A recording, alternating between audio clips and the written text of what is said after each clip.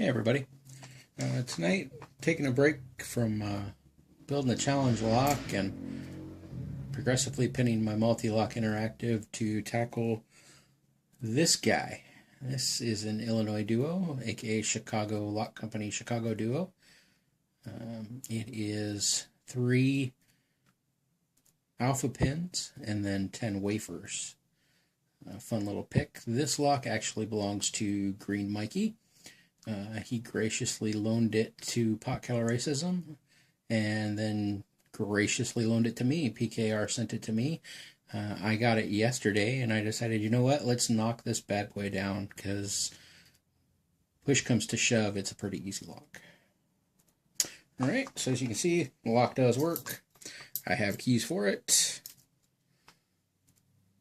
Nothing fancy, but you can see there's the alpha pins, for lack of a better term, and then the 10 wafers top and bottom there. So if I put the key in the right way and turn it, it opens.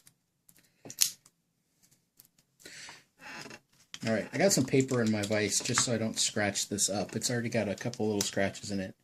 They're not from me. I don't want to add any more, so I just throw a little paper in there to protect it. I will be using southward standard hook and 40 thousandths pry bar from an Allen wrench. Let's go.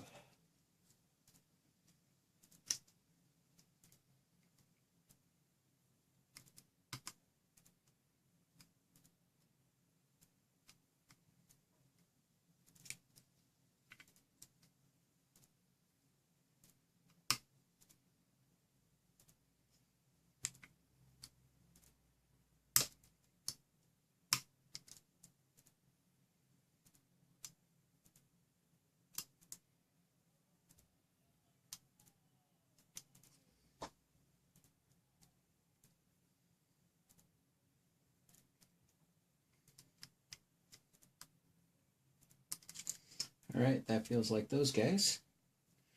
I'm going to pick the bottom first.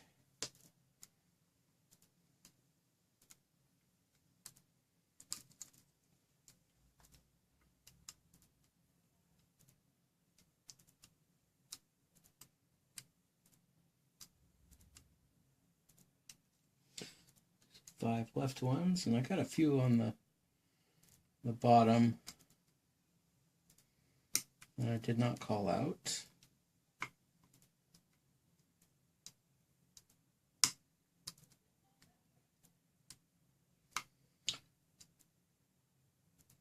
PKR likens this to very long spools, but after having picked the EVA DPS with 5 spools in it that are long enough to be continued, I'd say that this is actually exactly like picking a wafer lock.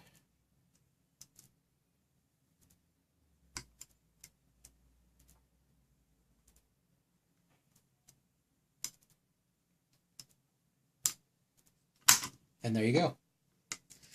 She is open. Now, there's no way to gut this guy. And I wouldn't try to gut a wafer lock that I didn't own anyway. So you're just going to have to take my word for it that this has not been molested in any way. There's no drill marks there. The core is firm. You can't pull it out. You'll notice there's no drill marks on the body at all. The latch is there. It's not a trick mechanism. It does work. If I put a pick in, turn it and pull, the core does not come out. All right, there you go, folks. Have a good night.